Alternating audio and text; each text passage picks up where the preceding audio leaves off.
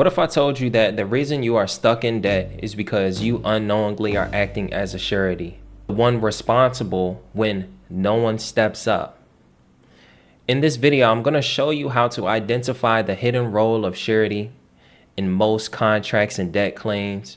I'm going to be showing you how to legally separate yourself from it and how this concept can be used to challenge debt, collections, loans, and other financial obligations. Now, right off the bat, man, first things first, man, this is not legal advice, okay? This is just for educational purposes only. Do your due diligence. Everything that I talk about today is going to be something that you should always tap in and gather more information on your own. Now, I've studied consumer law, see contract principles, and liability roles in finance, and I'm here to expose a strategy that most people are never taught, that most people will not talk about. Another thing, man, happy Monday to you guys. All right, thank you guys for watching. Dig me? Make sure to like the video. Make sure to subscribe to the channel, okay?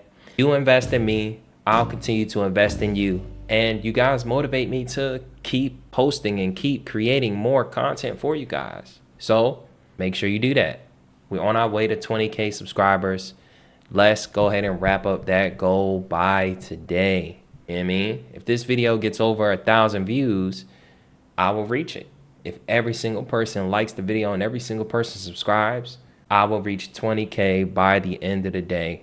Okay? Now, let's talk a little bit about what a surety is, because most people don't know and understand what a surety is. We talk about the straw man. We talk about diving into private. We talk about having ownership over certain things. But ultimately, a surety is, in the legal and financial terms, is someone who promises to pay or perform if the main party fails to. So, in most consumer credit transactions, credit cards, loans, car financing, the borrower becomes the surety by default, okay? And you unknowingly agree to become personally liable for the debt, even if someone else is benefiting from the transaction, the lender creating the credit off of your signature. So to make it make sense, the person that truly owes someone back is not you. It's really the person that created the credit using your signature. You was the one who pretty much put them in position to create the credit according to the Federal Reserve Act, Section 16, according to modern money mechanics, according to many different laws that we can talk about at this point in time, and I'll cover them. But because you created it, yeah, there is a debt to be paid, but you are not the only one responsible for it. Okay, when you sign the agreement, you unknowingly put yourself in a position where you have liability, and essentially when it defaults, their only choice is to come after you. Okay, so let's talk about some of the key laws that essentially back up this aspect of sureties. We go straight to 3-419, and this essentially deals with instruments signed by representatives or sureties. All right, now also at the same time, when we look at Black Law's Dictionary, it says that the definition of surety is one who, at the request of another and for the purpose of securing to him a benefit, becomes responsible for the performance by the latter of some act in favor of a third person, or hypothecates, I could be saying that wrong, property as security therefore. So, long story short, okay, what they essentially do is you become this unknowingly, okay? And they don't generally explain this directly. So in UCC 3-419, it says instrument signed for accommodation. If an instrument is issued for value given for the benefit of a party to the instrument, accommodating party, and another party to the instrument, signs the instrument for the purpose of incurring liability on the instrument without being a direct beneficiary of the value given for the instrument. The instrument is signed by the accommodation party for accommodation, okay? An accommodating party may sign the instrument as a maker, drawer, acceptor, or endorser. okay, and is obliged to pay the instrument in capacity in which the accommodation party signs. The obligation of the accommodation party may be enforced, notwithstanding any statute of frauds, whether or not the accommodation party receives consideration for the accommodation. Okay? It says the person signing an instrument is presumed to be an accommodation party, and there is notice that the instrument is signed for accommodation if the signature is a anomalous endorsement or is accompanied by words indicating that the signer is acting as a surety or a grantor with respect to the obligation of another party to the instrument. Now, I did read all the way through this, but as you kind of read through it, you kind of it literally tells you right there. Okay. And, people could say, hey, well, break this down in layman's terms. It just, long story short, is just tallying the proof of what I just told you. Okay. The fact that when you sign an instrument, it in some way, shape, or form makes you the surety. Now, this is how they make you the surety without telling you. Okay. Most contracts don't explain this explicitly. They just make you sign as if you're a liable party, but never disclose who is actually funding the transaction. So here's where the problem happens. You are often signing as both the debtor and the surety. Dig me? And your signature creates the credit, yet you are also the one they chase for the repayment. The trick is they make you guarantee the debt without disclosing the nature of the credit creation, and the Truth in Lending Act and the UCC will essentially call this lack of disclosure a violation. Okay, when you go to the Truth in Lending Act, okay, or when you even look at the UCC, but we'll just go to the Truth in Lending Act, 15 USC 16. Let's go to 1602, where it breaks down the definitions. Okay, we broke down the aspect that in previous videos that credit means the right granted by a creditor, okay, to a debtor, and the term creditor means only to a person that regularly extends, whether in connection with loans, sales of property, services, otherwise consumer credit, which is payable by agreement. Then just to further enforce that you are a creditor based off the Truth in Lending Act is the fact that it says that a person means a natural person or an organization. And then your next question would be, well, what is an organization? An organization means a corporation. Okay, so ultimately, when you look at the company that gave you that loan agreement, they are a company. They are a corporation. They are not a natural person. You are the only natural person in that contract. Okay, so there's an aspect that you are the person who creates the credit just based off the Truth in Lending Act, but we can go to the Federal Reserve Act and break this down even more. But here's one of the violations of the Truth in Lending Act that it clearly says under the congressional findings. And the congressional findings just essentially means that here's what Congress has found about the truth in lending. And this is the whole purpose of this chapter or this section of Title 15. Okay. And this is the whole point of the Truth in Lending Act. And it says here that Congress finds that economic stabilization would be enhanced and the competition among the various financial institutions and other forms engaged in the extension of consumer credit, which is anything that is tied to your SSN, would be strengthened by the informed use of credit. So the informed use of credit results from an awareness of the cost thereof by the consumers, and it is the purpose of this subchapter to assure a meaningful disclosure of credit terms so that the consumer will be able to compare more readily to various credit terms available to him and avoid the uninformed use of credit. All right, and to protect the consumer against inaccurate and unfair credit billing and credit card practices. So, long story short, and this is the key word, avoid, or the key phrase, avoid the uninformed use of credit. Okay? Because if they don't inform you properly, then yes, you're going to end up getting inaccurate, unfair credit billing, and unfair credit card practices.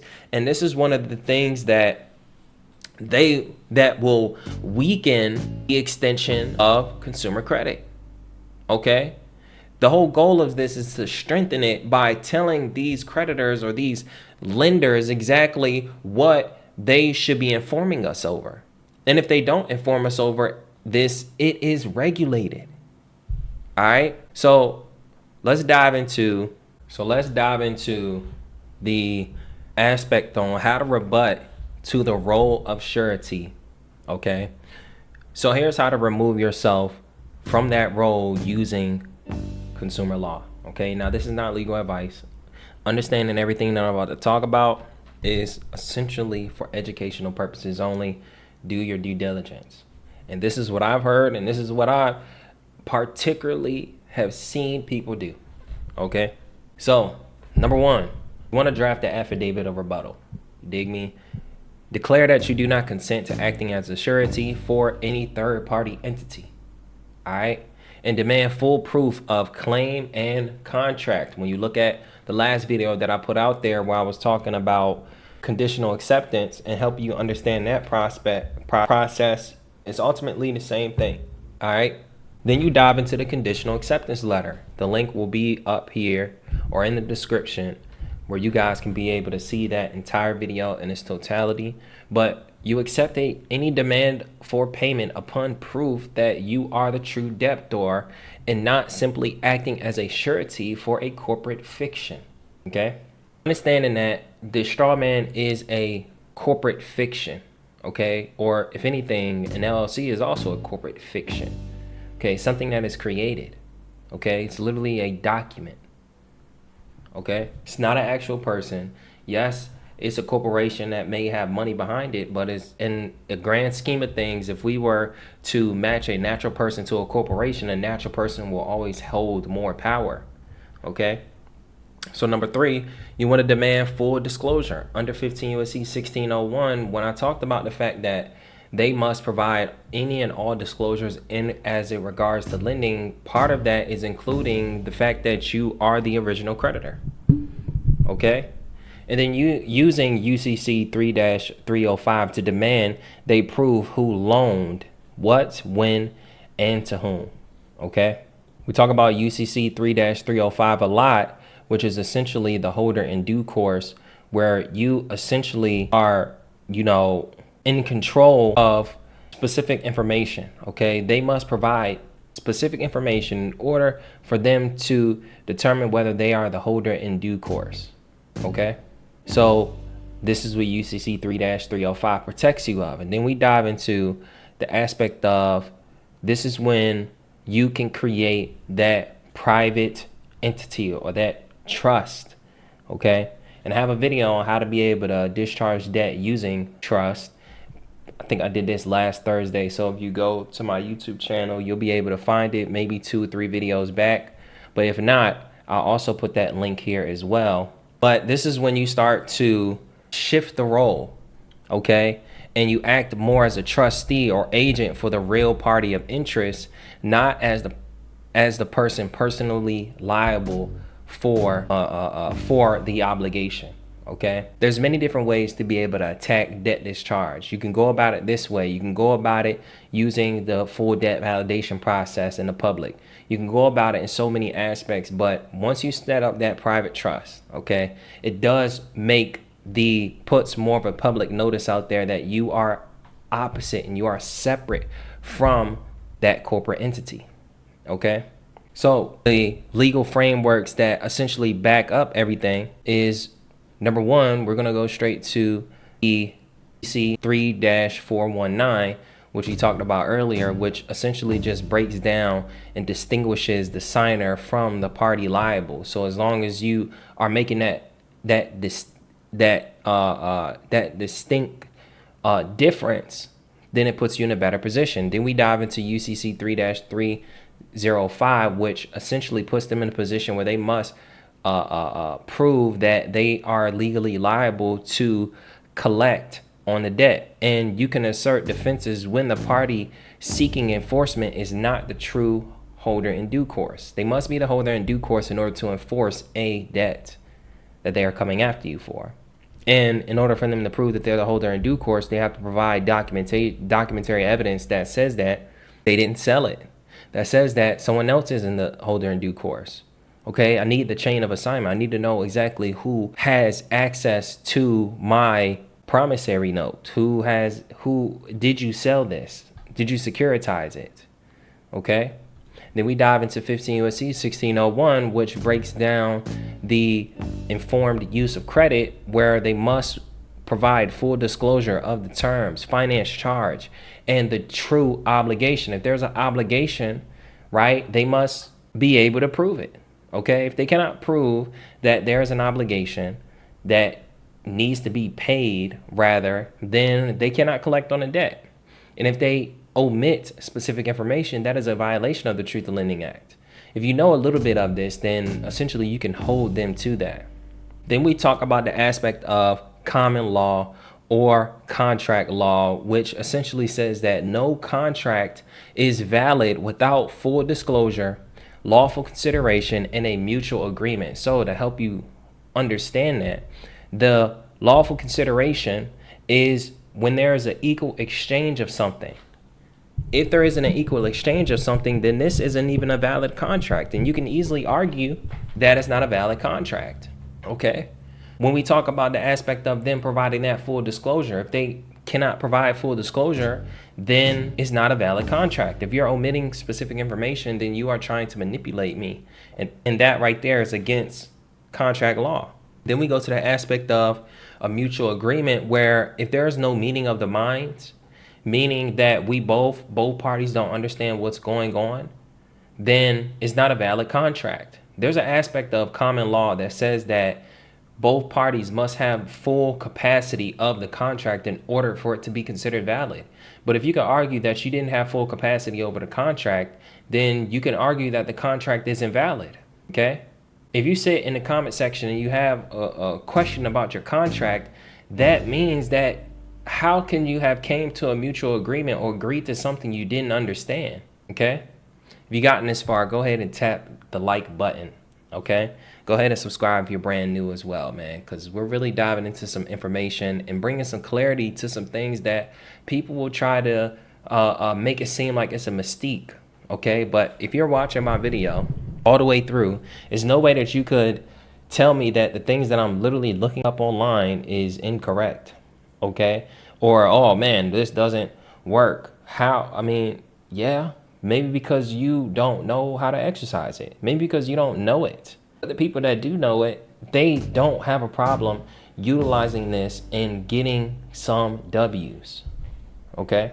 So common law, UCC, and the Truth in Lending Act is going to back up this aspect of separating yourself from it.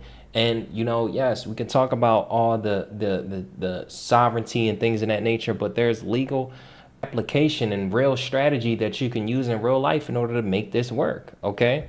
So when a debt collector contacts you, respond not as the surety, but as the agent for the trust or the natural person, and demand proof. Hey, I'm speaking on behalf of the all caps name, and I would like to demand proof of this debt. I would like to demand proof of this claim. Okay. Then during that, you want to use the use of affidavits, notice of status, and challenge the alleged debt. Okay. Also through conditional acceptance. Okay. To preserve your rights, because when you start to send them affidavits, you start to send them written forms, and you start to ask them questions that they need to answer, this is when you are starting to utilize and you're starting to exercise your rights as a consumer. Okay. And you as a consumer, you have so many rights that are given to you. We just don't exercise them. Then we go to the aspect of sending a notice of removal as surety and challenge the alleged debt. When you start to do that, you can challenge the alleged debt through the FDCPA. Either you want to do it through your trust, or you want to do it just in the aspect of communicating that you're not that. Whatever the case may be, you put yourself in a position of where they now have to consent. You are challenging the validity of the debt or the validity of the contract. And if they cannot answer certain things, then yes, they are not legally liable to collect on the debt. Okay. So if you didn't knowingly agree to be the one who pays, then you shouldn't carry the burden, and you make them prove that you are liable. And it's not just as simple as you agreed to the contract. Well, you must prove to me that I knew any and everything about this contract before I agreed to it. You got to make sure you disclosed everything to me. You got to make sure we was meeting in the minds. Because if we were meeting in the minds, then you would have told me that you was a dead entity. You would have told me that I actually funded the transaction. But now that I'm finding this stuff out after the fact, then no, we never met. Okay? And if I am liable, where did the money go that you actually when you monetized it? You didn't use it to pay back the loan? Oh, okay. So now you're the one who messed up. All right?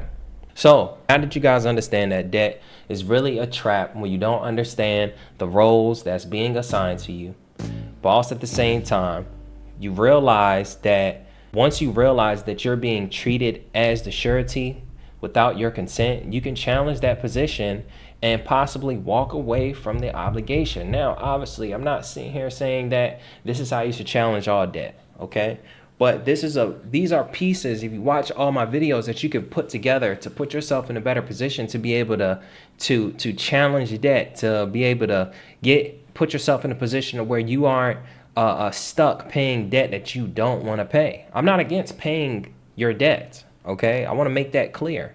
If you can afford it, pay your debt. You dig me?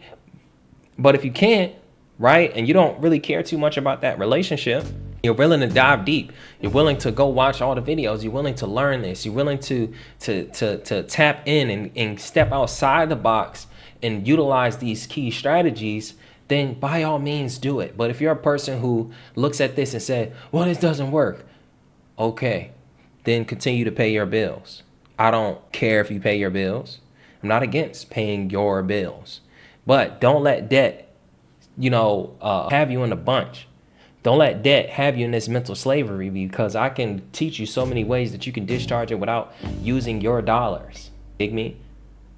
Also, I want to highlight, don't utilize these strategies to get funding and then, I'm going to go and use these strategies after the fact. I promise you, you're not going to be able to do nothing with that money, because it's just the law of attraction. If you go out there and you try to get some loans and things of that nature just to discharge it, you're doing yourself a disservice. And you're just going to mess your credit up in the process. But that's totally fine. Credit can also be fixed as well, but it still requires a person to understand legal strategies. It still requires a person to willing to do their own due diligence if they want to get results that they want to get. Don't just do this just to get one debt discharged or to, pay your bill or get out of paying a bill. You know what I mean? It's probably will take the same amount of work, You'll probably be better off if it's like $1,000 debt, just working some overtime. Work some overtime somewhere, do DoorDash, whatever the case may be, and pay your debt down, right? But when we talk about them bigger debts that you probably won't be able to pay, yes, tap in with your boy. Understand these things and have more of an understanding, all right? Now, if you want to learn more about this, when it comes to the aspect of challenging debt collectors, when it comes to the aspect of the administrative process, when it comes to the aspect of templates and letters and things that I personally use to be able to challenge debt collectors, tap in with the Complete Debt Guide down below. It's only $47, okay? You grab the Complete Debt Guide, you have a full understanding of how to communicate with debt collectors, and more importantly, I dive deeper into these laws, okay? And any YouTube templates that I create based off of my YouTube videos, like I may create a affidavit of non-surety and put it in the Complete Debt Guide, and also at the same time may create like a challenge letter kit and put it in the Complete Debt Guide. So if you want to get access to that, tap into the Complete Debt Guide, okay? It may not be up there at this point, but it'll be up there within the near future. And it's only $47. I think that is a steal when you look at the fact that there are people charging thousands of dollars to do this stuff for you, but it's really as simple as you going online, learning how to do it, learn the application of it, and actually just doing it, okay? You can't pay somebody to just do this stuff for you and you don't even know the legal application of this stuff, or else you're going to be spending money and you won't necessarily get anything out of it because you won't know how to use it right, okay? Tap in with your boy on the Complete Debt Guide. It's only $47, okay?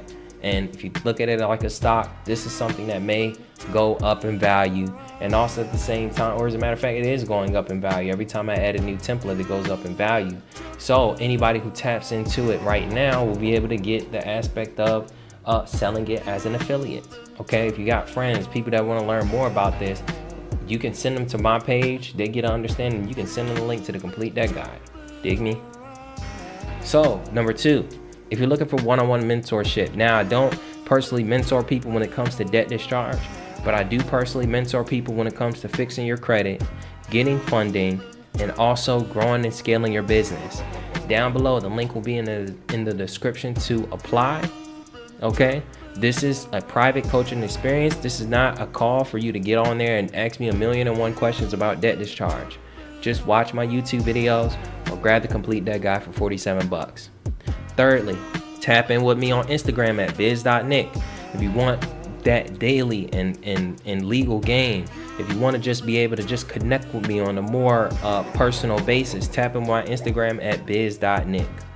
Okay, and my last question is, if you ever felt like you was forced to pay for something you didn't agree to, comment below and share your experience. Remember to like, subscribe, turn on the post notifications, because they are counting on you never learning this. All right, I love you guys. If you got all the way to the end, comment the word discharge, and I'll see you in the next one.